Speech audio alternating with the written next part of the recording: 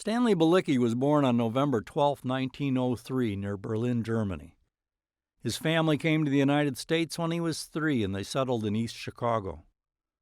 A born artist, Stanley trained at the Minneapolis Institute of Arts and at the Chicago Art Institute. Lasting influences included Reginald Marsh and Thomas Hart Benton. During World War II, he served as a camoufleur for the Army's 850th Engineer Battalion. After the war, he reassumed a position as instructor of fine arts at Valparaiso University in Indiana, and he began to summer on Mackinac Island. He tended bar at the Murray Hotel or drove a carriage to make ends meet. From the late 40s into the 70s, he painted thousands of watercolors and oils of the Mackinac scene. He died in 1978, leaving behind some of the most deft and spirited depictions of Mackinac painted in the 20th century.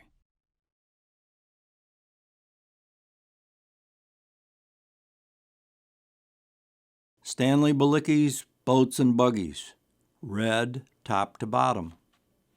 The Mackinac Islander, last of the old coal burners, floats alongside the Arnold dock. One little line slopes the shed roof off the horizontal. The diesel-driven Huron motors up to moor against a maze of pilings vertical. Black ink squiggles and blue watercolor blurs compose the water, whose watery reflections dissolve the Huron's ship-shape outline into a fading image of itself. 4 windows wavering. A mast, maybe, a shadowy pilot house. Then, in a zen leap of space, come the busy buggies. Like Michelangelo, who stopped God on the ceiling, coming and going at the same time, here are the buggies, front, back, and side.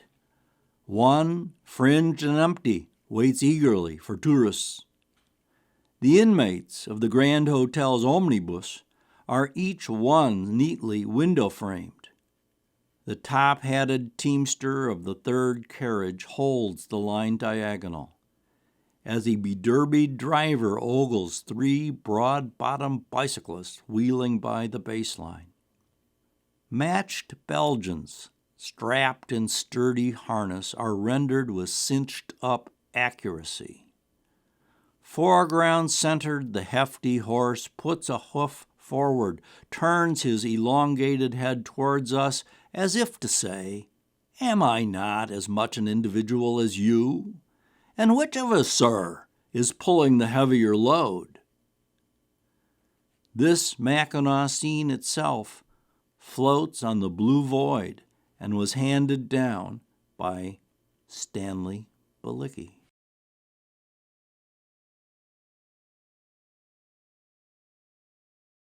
On the Arnold dock, 1950.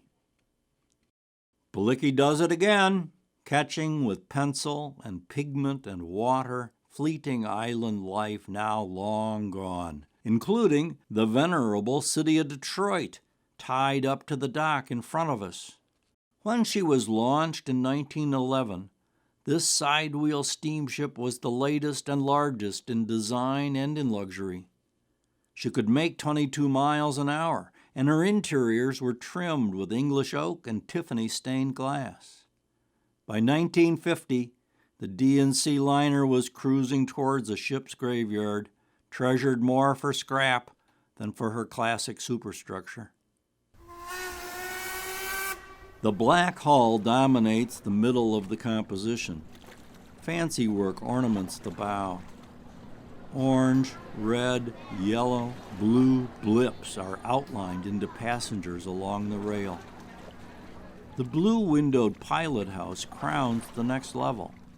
The great timbered awning cuts a structural diagonal overhanging the tan-planked dock. Passengers, porters, and gawkers chat, hustle, and walk in the shadow of the moored vessel. One iron-wheeled cart budges into the picture. A miniature sailboat in the harbor beyond floats beneath the hinted blue sky that is mostly paper white. Shearing off are 3 blue gulls a child could have penciled in. Passengers congregate and ascend the gangplank into the ship.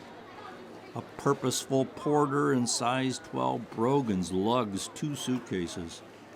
A broad-bottomed doxy in blue polka-dot bloomers, red striped blouse, and yellow-tinted hair still commands her spot while wobbling on high-heeled shoes.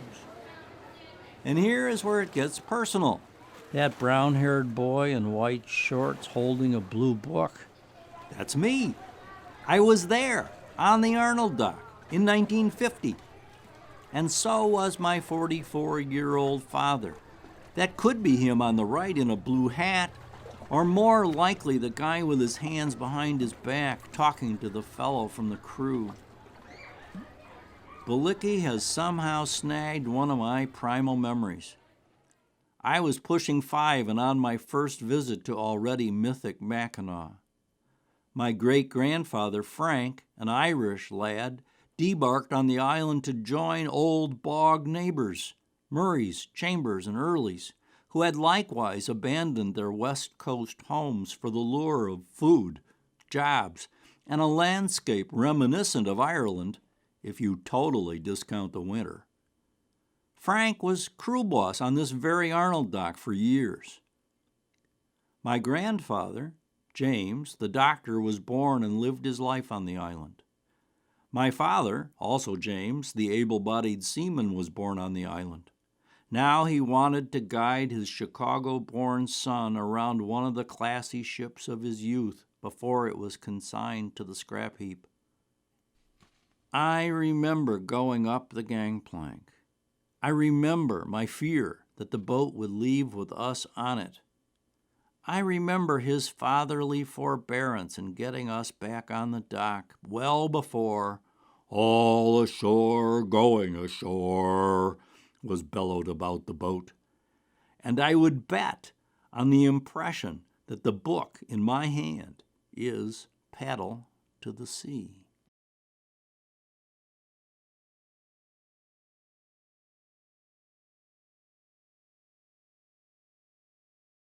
All blue, red bottom to top. Stanley Bielecky inscribes one corner under a dormer, across discrete blue spaces of alley and home, opposite a cropped copse of feather-limbed balsams. The precinct is a patterned jumble.